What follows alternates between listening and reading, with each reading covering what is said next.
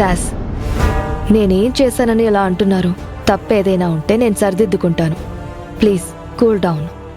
నిన్న నన్ను ఆడిటోరియం దగ్గర డ్రాప్ చేసి నువ్వు వైజోదని తీసుకుని బ్రోకర్ ఆఫీస్కి వెళ్ళావా? వెళ్ళాను. అంత అర్జెంటుగా అంత పెద్ద డెసిషన్ తీసుకోవాల్సిన అవసరం ఏమొచ్చింది? శాస్, జ్యోతిషుడి గారు మాట్లాడింది మీరు విన్నారు కదా. విరాజ్ పెళ్లి చేయడమే దీనికి పరిష్కారం అని చెప్పారు కదా. అలా అని విరాజ్ని అడగకుండా పెళ్లి చేయడమే పరిష్కారమని నువ్వు డిసైడ్ అయిపోయావా? అలా కాదు శాస్. మమ్మల్ని జ్యోతిషుడి దగ్గరికి తీసుకుని వెళ్ళావు. బ్రోకర్ చేతికి విరాజ్ జాతకం ఇచ్చావు. దీనివల్లే వైజు వదిన టెన్షన్ పడి ఎట్ ఎనీ కాస్ట్ విరాజ్ పెళ్లి చేసుకోవాల్సిందే అని పట్టుపట్టి కూర్చున్నారు. అయితే వాడు పెళ్లి చేసుకోకుండా అలాగే ఉండిపోవాలా? పెళ్లి చేసుకోవాలి, కానీ తనకిష్టమైనప్పుడు మాత్రమే. ఎవరో బలవంతం చేశారనో లేక ఎవరో ఒత్తిడి చేశారనో పెళ్లి చేసుకోవడానికో కాదు. సరిపోయింది. వాడు ఆడించినట్లు మనం ఆడుతూ కూర్చుంటే రమ్యను వద్దన్నట్లే మిగతా అమ్మాయిలందర్నీ వద్దంటూనే ఉంటాడు. అప్పుడేం చేద్దాం? విరాజ్ ఒప్పుకోడని తెలిసి కూడా మీరు ఒప్పించడానికి చూస్తున్నారా? ఈ ఇంట్లో ఎవరికి వాళ్ళ ఇష్ట ప్రకారం బ్రతకాలని ఉండదా? అందరూ మీరు చెప్పినట్టే ఊపిరి పీల్చుకుంటూ ఉండాలా? నీ పాత బాధను మనసులో పెట్టుకుని నా కోడలిపై అరవకు శాశ్వతి. తను అంత పెద్ద తప్పేం చేయలేదు. నేను చేశానత్తయ్య.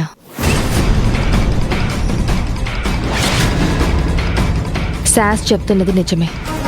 విరాజ్కి గండముందని నేను పానిక్ అవ్వకుండా ఉండాల్సిందే. పెళ్లి టాపిక్ తీసుకురాకుండా ఉండాల్సిందే. నేను పొరపాటు చేశాను. అర్థం చేసుకున్నావు కదా? అదే మంచిది. ఇకపై ఇలా కంగారులో ఏ నిర్ణయాలు తీసుకోకు.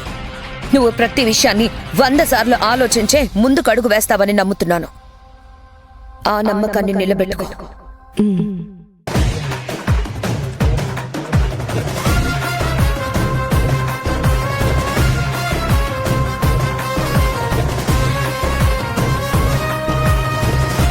ఇక ముందు నిర్ణయించాల్సిందేముంది? తీసుకోవాల్సిన నిర్ణయాలన్నీ నేను ఆల్రెడీ తీసేసుకున్నాను కదా. ఇకపై ఏమున్నా దాని పరిణామాలు చూడటమే మిగిలుంది. ఆహా, అందరి ముందు ఎంత బాగా నటిస్తున్నావు మిథిల. ఈ నటన వల్ల ఈసారి విరాజ్ రమ్యల పెళ్లి జరగడం పక్కా అనిపిస్తోంది.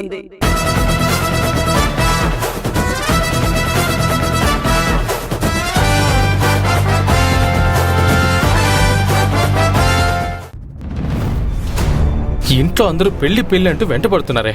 ఎన్ని రోజులైనా అవాయిడ్ చేయాలి?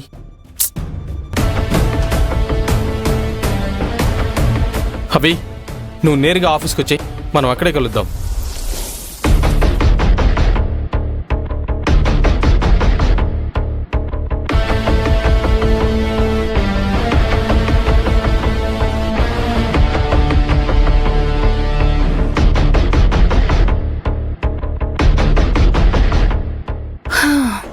ఎలాగూ త్వరగా వచ్చాను.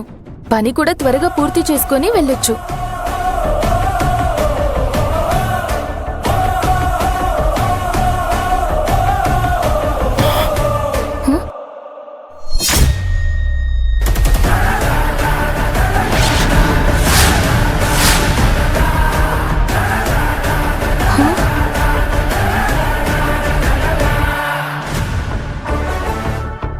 విక్కీ, ఓ మై గాడ్, దొరికిపోయానా?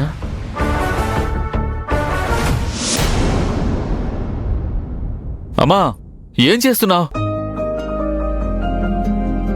అమ్మా, ఇవ్వమ్మా. వదులు. వదులమ్మా. వదలరా, పర్లేదు, అంత బరువేం లేదు. బరువు లేదా? వదులు. మోకాళ్ళ నొప్పి సరిపోదా? చేయి నొప్పి కూడా కావాలా నీకు? ఆహా, వచ్చేసాడండి నా మీద దబాయించడానికి. ఒరేయ్, నువ్వు ఇంటి బరువే మోస్తున్నావు. అలాంటప్పుడు నేనింత చిన్న బరువు మోయటం నీకు పెద్దదనిపిస్తోందా? అమ్మా, ఈ ఇంటి కొడుకుగా ఆ మాత్రం చేయకపోతే ఎలా అమ్మా? నువ్వు కూర్చో. నువ్వు కూర్చోమ్మా. నీకు మజ్జిగ తీసుకురానా? వద్దు నాన్నా, ఇప్పుడే తాగాను. ఒరే విశ్వా, కాసేపు కూర్చోరా, మాట్లాడతాను. మనిద్దరం ఇలా కూర్చొని మాట్లాడుకుని ఎన్ని రోజులైందో.